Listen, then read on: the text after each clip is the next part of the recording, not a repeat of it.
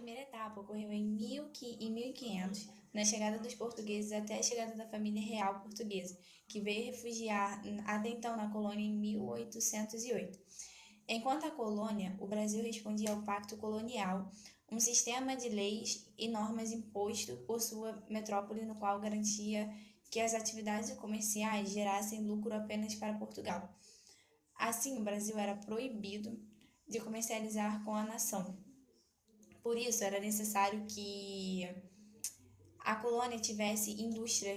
Tinha exceções como engenho e indústria têxteis, não sei falar muito bem isso, porém muito simples. A produção nesse período se resume a um regime artesanal, tendo o trabalho rural muito presente. Napoleão Bonaparte a Portugal, que se recusou a aderir ao bloqueio continental, Dom João com sua família de ministros vieram para a colônia, e no Brasil tornou-se inconveniente e quase obrigatório aderir. Além disso, o Brasil sofreu grandes mudanças, especialmente no Rio de Janeiro, que teve mudança na cultura, na arquitetura, na moda e no comércio. Agora, o comércio entre nações foi liberado e foi cobrado até mesmo taxa. O fator determinante nesse sentido foi o declínio do café, onde muitos trabalhadores deixaram de trabalhar na atividade no campo e com seus recursos foram para o setor industrial. A terceira etapa ficou conhecida como Revolução Industrial Brasileira porque durou entre 1930 a 1955. E em 1930 foi quando Getúlio Vargas assumiu o poder do Brasil. E ele, Vargas, tinha uma política muito industrializante, ou seja, ele queria implantar mais indústrias no país. E assim, houve a construção de vias de circulação de mercadorias, matérias-primas e também de pessoas, proveniente das evoluções nos meios de transporte que facilitaram a distribuição de produtos para as várias regiões do país. Ou seja, muitas das ferrovias que antes transportavam café, agora elas estavam servindo as empresas, as indústrias.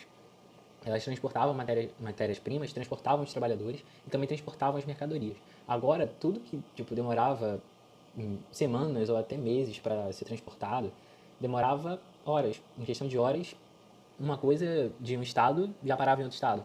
A matéria-prima de uma indústria parava em outra indústria. Então, tudo ficou muito curto, o espaço diminuiu bastante.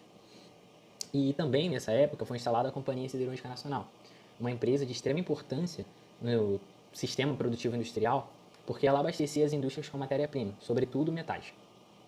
E também o que facilitou muito a industrialização no Brasil foi a substituição da mão de obra estrangeira por mão de obra nacional, ou seja, produtores rurais que saíram da zona rural para a zona industrial, para as indústrias ou para trabalhar nas indústrias, eles foram colocados no lugar de estrangeiros, ou seja, italianos, alemães, todos que vinham para cá, refugiados ou não, para o Brasil.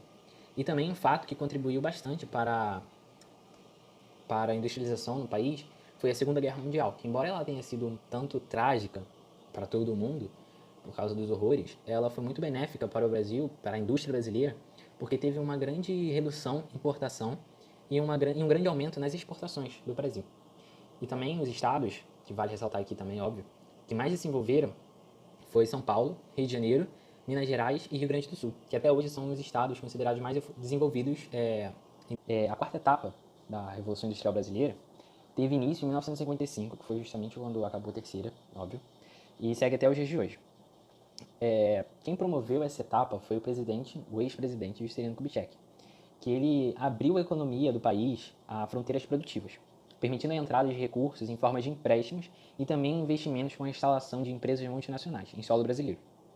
E com o ingresso dos militares no governo do país, em 64, as medidas produtivas tiveram novos rumos, com a intensificação da entrada de empresas e capitais de origem estrangeira, comprometendo o crescimento autônomo do país.